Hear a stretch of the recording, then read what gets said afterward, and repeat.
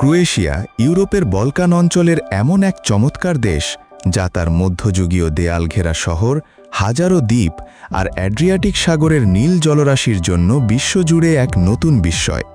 Football মাঠে দুর্দান্ত লড়াইয়ের পাশাপাশি পর্যটন জগতেও ক্রোয়েশিয়া এক পরাশক্তি। প্রাচীন রোমান ইতিহাস আর ভূমধ্যসাগরীয় প্রকৃতির এক নিখুঁত মিশেল দেখা যায় এই দেশে। শান্ত লেক, জলপ্রপাত আর পাথুরে সৈকতের এই দেশটি বর্তমানে বিশ্বজুড়ে অ্যাডভেঞ্চার এবং সিনেমা প্রেমীদের অন্যতম শীর্ষ আকর্ষণ। ক্রোয়েশিয়ার পর্যটনের সবচেয়ে বড় রত্ন হল এর ঐতিহাসিক ডুব্রোভনিক শহর। অ্যাড্রিয়াটিক সাগরের পাড়ে অবস্থিত এই প্রাচীন দেয়াল ঘেরা ওল্ড টাউনটি এতই জাদুকরী যে এটি বিখ্যাত গেম অফ থ্রোন সিরিজের শুটিং স্পট হিসাবে ব্যবহৃত হয়েছে।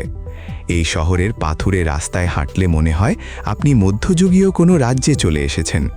এছাড়া রাজধানী জাগ্রেবের ক্যাফে কালচার এবং ঐতিহাসিক স্থাপত্য পর্যটকদের দারুণভাবে আকর্ষণ করে। প্রাকৃতিক আশ্চর্যের কথা বললে ক্রোয়েশিয়ার প্লিটভিস লেকস ন্যাশনাল পার্কের কোনো তুলনা নেই।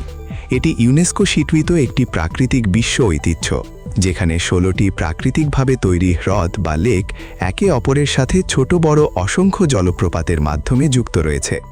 এই লেকগুলোর স্ফটিকের মতো পরিষ্কার সবুজ নীল পানি আর চারপাশের গহীন বনভূমির বুক চিরে কাঠের তৈরি পায়ে হাঁটা পথ পর্যটকদের এক রূপ অথার্যমতে নিয়ে যায়।